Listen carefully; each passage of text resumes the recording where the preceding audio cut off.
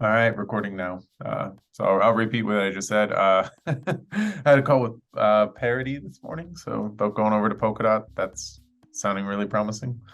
Um, yeah, so hopefully we get more on that. Might have to post like in their forums and stuff to get a grant or to get some support over there, but that would be super cool. And then yeah, not not a whole lot going on this week. I'm gonna work on cleaning up some things. Ryan had, or I guess I can just do that on your turn. um, Tim, I saw you made a using Tellor pull request or draft, or what's that about? Yeah, well, so when Vlad asked me, well, Vlad found a bug in the bridge contract, the middle contract in our implementation. And This in is fixing that,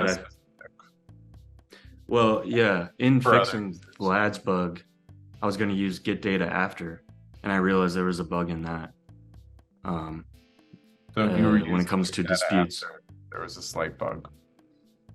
Yeah, and get data after, or get, I guess get index for data after. So yeah, I found a bug Yeah. that had to do with disputes. So then I fixed that and tested every case. Yeah.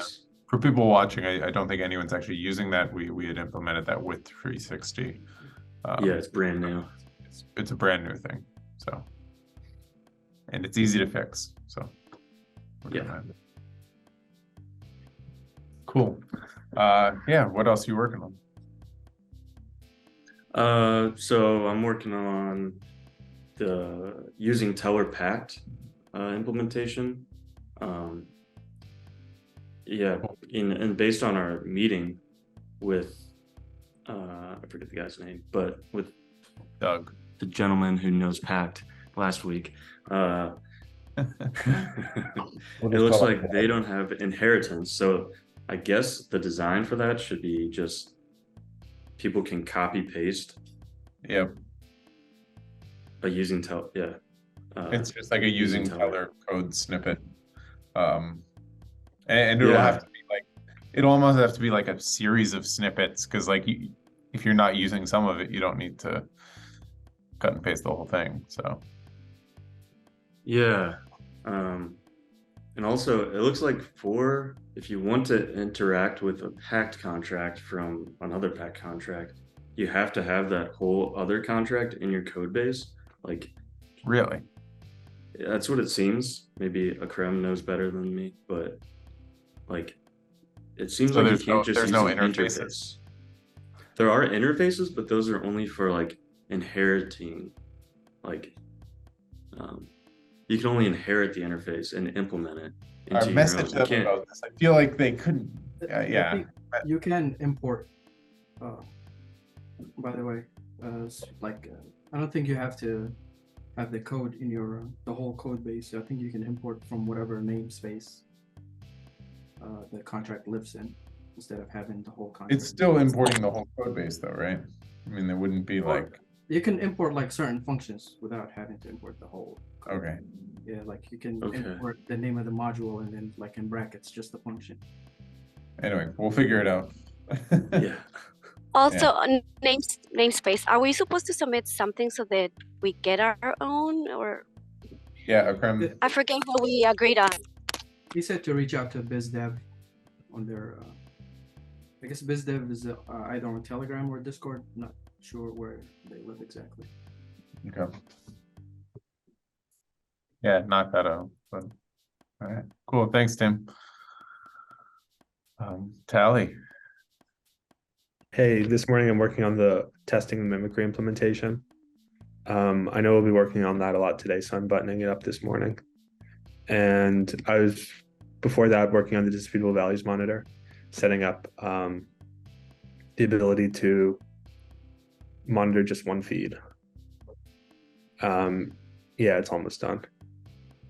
I think. And then you had that GitHub data specs issue too. That was. Oh, yeah, I did that. Yeah. It's done, right?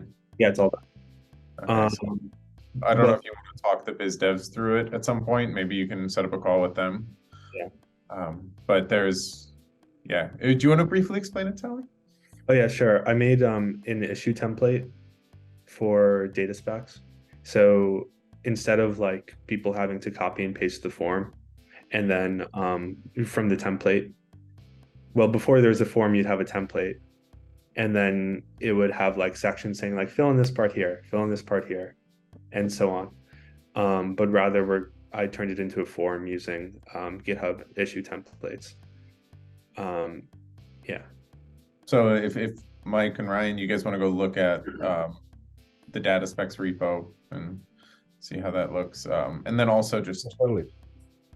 and then how we talk about it in the docs too. You know, I know we had linked to the data specs repo to say like fill out an issue here, like here's an example or something. Now you might be able to change a link or something. So Oh, can you merge it though? oh yeah, I can merge it. Sorry. It's still gonna live under the issues tab. Yeah, we'll have to live under issues. The sort of blocker thing is that like they'll be written as issues, but the trouble is getting them into the folder with the other data specs types. That will be like a more manual process. Yeah, it would be like a copy and paste. So Cool. We'll take a look. all right. Akram. Worked on the things we talked about last time about message sender. Added a parameter for the account name to be input and a guard, and then enforce the guard to make sure that the person that signed the transaction is the same as the guard that was inputted. I'm trying to finish up the governance. There's one function still I'm working on, the vote function, but I think that requires auto pay. So I'm trying to maybe add like a placeholder till we get that, or get user tips and Cool. calculating. Yeah, so almost finishing that. Also wanted to pivot. I think there was something wrong with the timestamps tip scanner to be able to get the timestamp, see what feed tips they have on. So I might pivot to that for a second and come back. Cool. Yeah. Let us know.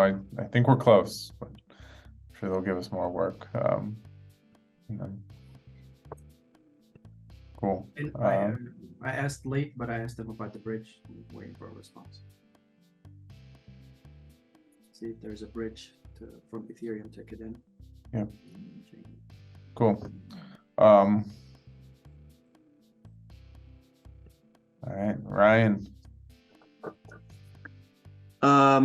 Yeah, Cyril messaged me over the weekend. He said he spoke with you a little bit about the gas estimator, but I'm gonna just review. It should be a fairly quick review and merge. So today we should be able to set up a fund to feed on Ethereum mainnet. Cool. Yeah, and let me know if you want some money to test it out. I can. Yeah, because we didn't do Gurley. We didn't set up for Gurley because we just had Mumbai already. And Gurley's not as easy to test on as Mumbai is. Well, I mean, you can probably set it up on Gorley just to have it for the sake of if people want to. It should be easy if it's similar to what he just did. Fair enough, yeah. But yeah, merge it and test it out, and then. Cool. Oh, also, can you check out the query builder, the front end? I tried doing a decode of the query data, and it broke. I don't know if anybody else has had issues with the query data decoder recently. Interesting. Take a look, see what's up. Yeah. It yelled at me, so it like didn't work. It didn't break. It just didn't work. So Came up with an error. Like I don't know. Yeah, different issue, but so cool. Yeah, and then Owen, last but not least. Hey, yeah, I'm still working on a PR that's fixing a few tests for Tellor feeds. I figured out what was going wrong with the custom reporter. But yeah, I need to get that merged and then move on to either there's a few bugs or making installs nice. Okay. Cool. Yeah, I mean, if it's not a Mhm. desperate bug, I would probably just fix that install thing quick. Sure. So, or document how to properly do it, you know, whether you fix it or just document it, up to you. Cool. Spuddy, anything?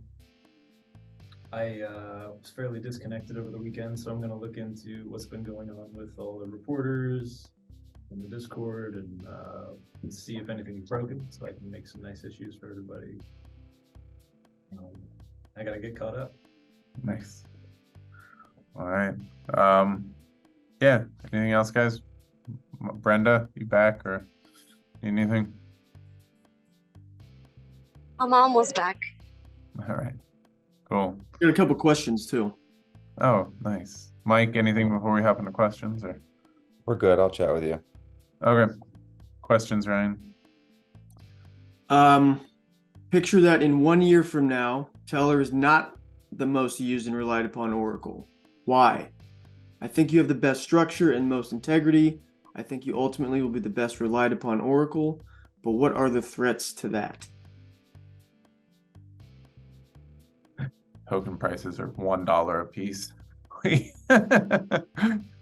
Yeah, no, I mean, I really like our structure. I think we're doing well to set ourselves up. You know, like we're not, the space is still really, really small. You know, nobody likes to say that, but it is. It's minuscule. You know, nobody has product market fit in terms of number of users that they want, Chainlink included.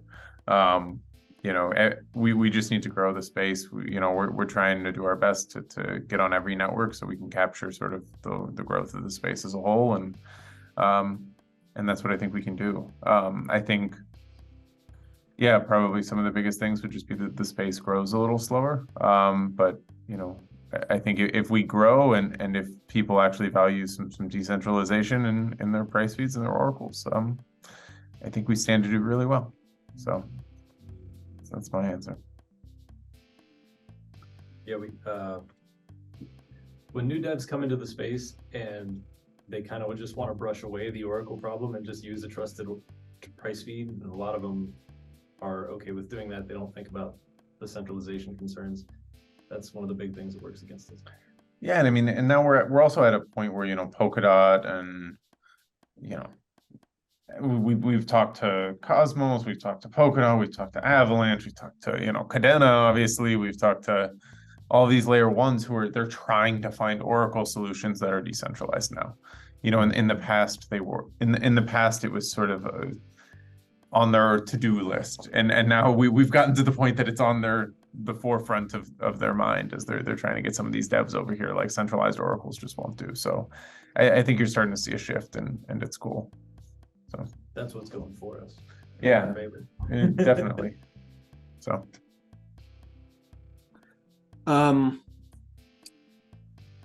any thoughts on a Tellor blockchain?